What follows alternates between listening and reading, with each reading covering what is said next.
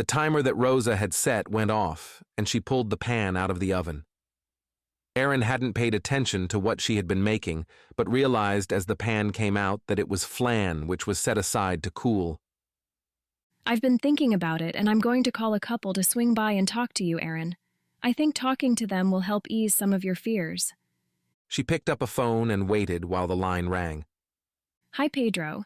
Can you and Lorena swing by the house? I have someone that I think should talk to you too. She waited a few beats as there was a response. Thanks. I'll see you soon.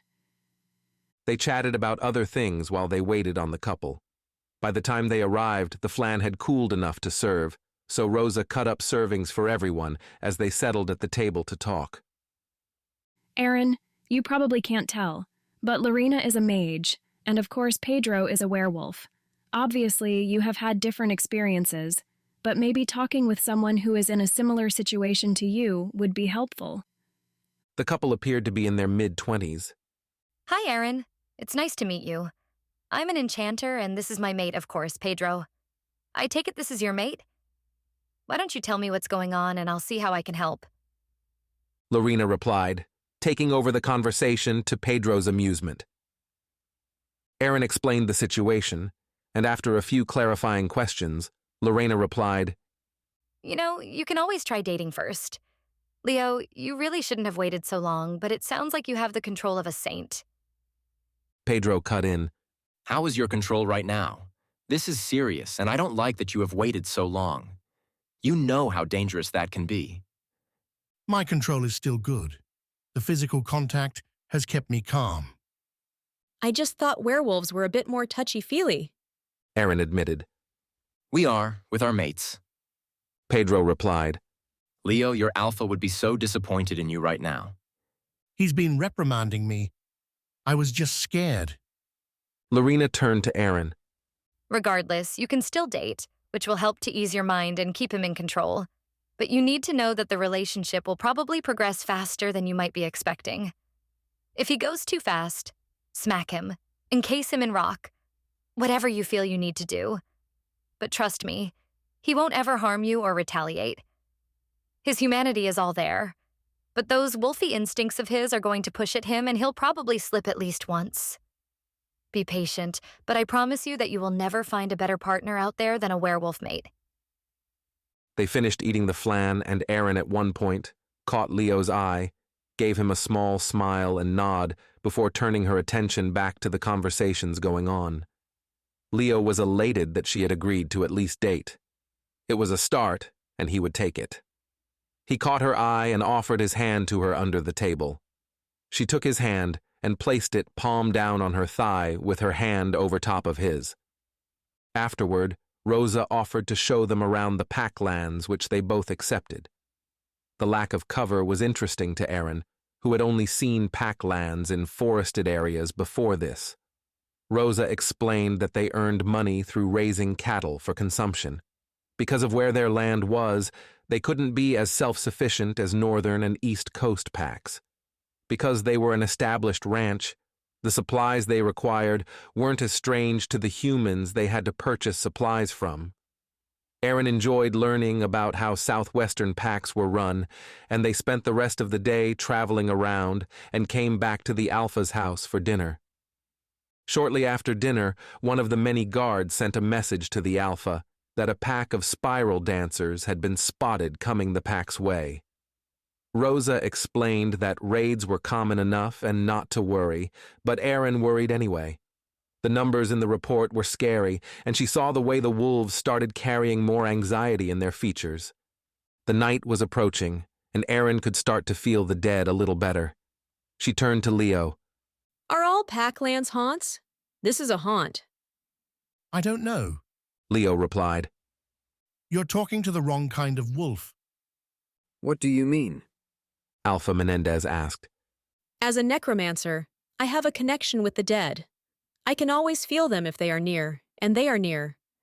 I think I can ease some of your anxieties, but I'll need to borrow you. I'm just a mage, but you would be able to speak with authority as the current Alpha. Do you speak any languages other than English? The dead can speak to anyone in any language they want. It's a choice of whether they want the person to understand them or not. They may not want an outsider like me to understand them. Yes. I speak Spanish and Yaqui, which is the language of the Yoemi people many of us are descended from. Good. Can I borrow you? I don't think it will be long, and you can always grab a walkie-talkie to keep in communication with everyone else. Rosa handed him a walkie. What do you intend to do? See if the dead would like a chance to terrorize some spiral dancers.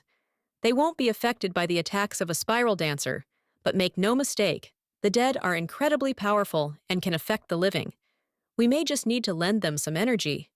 Aaron replied. They were moving out of the house. We'll find out together. They get energy from their passions, and I hope protecting the Packlands is one of them. Leo, I need you in wolf form. We need some speed, and you know I don't have that. Of course.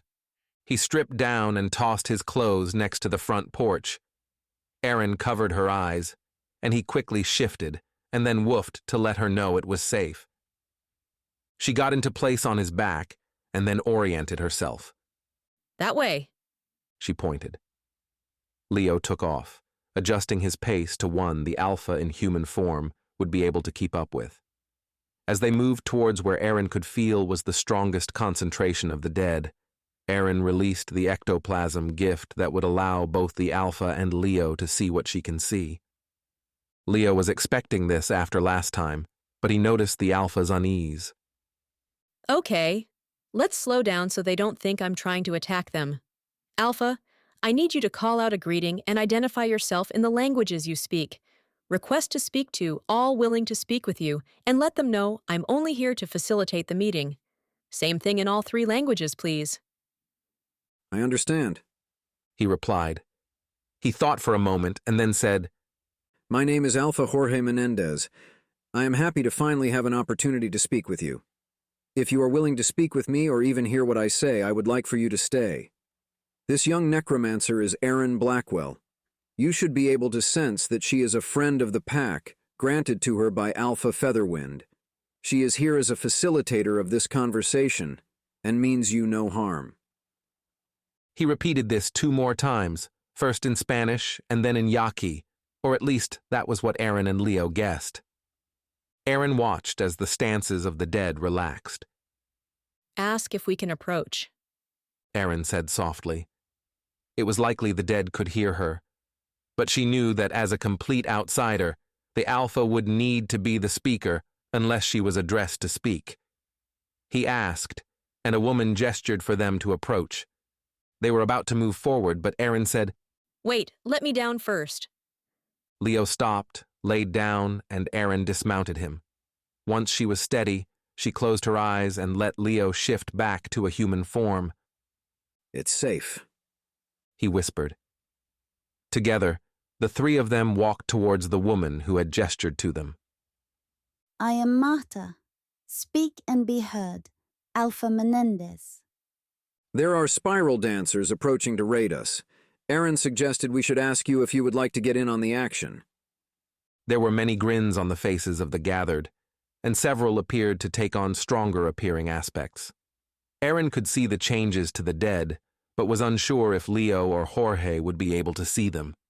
She had apparently hit on a passion for several of the dead. Marta looked around and then back at the alpha. I believe we are interested in keeping our descendants safe. Alpha Menendez was unprepared for this and looked over to Aaron. I don't even know what to ask. This is all very new to me. The quick? She gestured to the dead, knowing they tended to prefer that term to wraith, or the dead. Know what they can and cannot do. Speak to them as you would speak to another alpha or council member. They still have their great minds for strategy and can think of things you wouldn't. They aren't going to be offended by genuine questions. They know you don't know anything about them, or they would have seen you out here before to talk to them. The only additional thing I can think to mention is to ensure you can feed everyone's passions. I will probably have to stay out here during the raid to help act as a battery for them if they will have me. And of course, they are able to share energy between each other. So, talk. Marta is the one who is speaking for the rest, and I can tell from her energy that she is extremely powerful. I'm telling you this to remind you that what the quick can do is so different from what you or I could ever do. It's a different kind of powerful. Marta smiled and turned to Jorge. We would be happy to have Miss Blackwell out here to help keep our energy up. I can assure you both that she will be well protected and we will not drain her. Allow us to take care of this threat. It will feel good to stretch our abilities. Keep your people more towards the center of the pack or near the cattle. What we do can cause a lot of fear and psychological damage. We would not want to have friendly fire. You can go. We will handle it from here. The Alpha was a little taken aback at being dismissed, but replied, Leo will need to stay with Aaron. She is his mate. Marta looked over at the pair of teenagers. This makes more sense. I would never split apart a mated pair. He will be well protected too. How about I leave this walkie-talkie with you? That way, if there is any need, we can still communicate.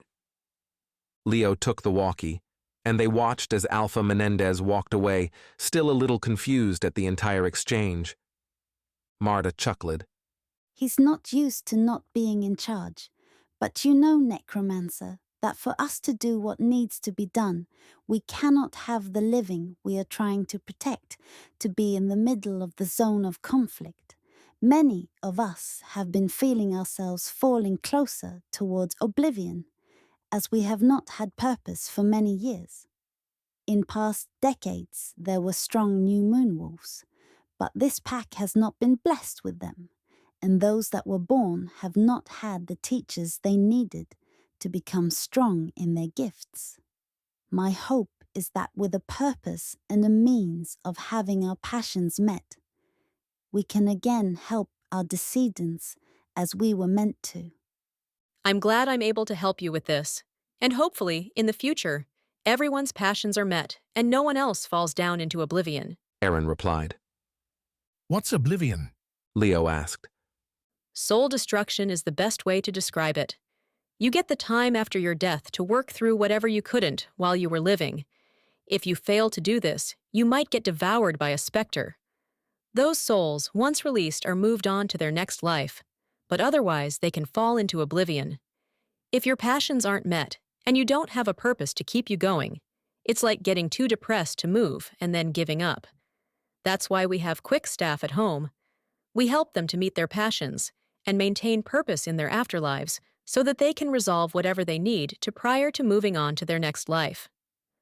So when I die, I'm going to have homework? Leo asked. Marta and Aaron both chuckled.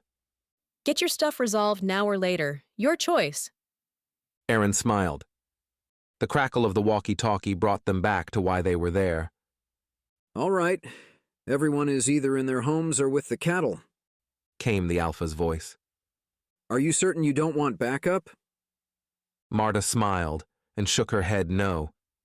Aaron gestured to Leo to take the walkie. He handed it over. We are certain. Remind everyone to stay where they are, and if there is anyone that might have windows facing where they are coming in from, they should avoid looking out the windows. They are not prepared for what they may witness. We'll let you know when the coast is clear. Marta smiled and directed the other wraiths out to meet the raiding party. Hey everyone, hope you loved the video. Don't forget to give it a thumbs up and hit subscribe for more awesome sci-fi content. You can also support us by hitting the thanks button or becoming a channel member.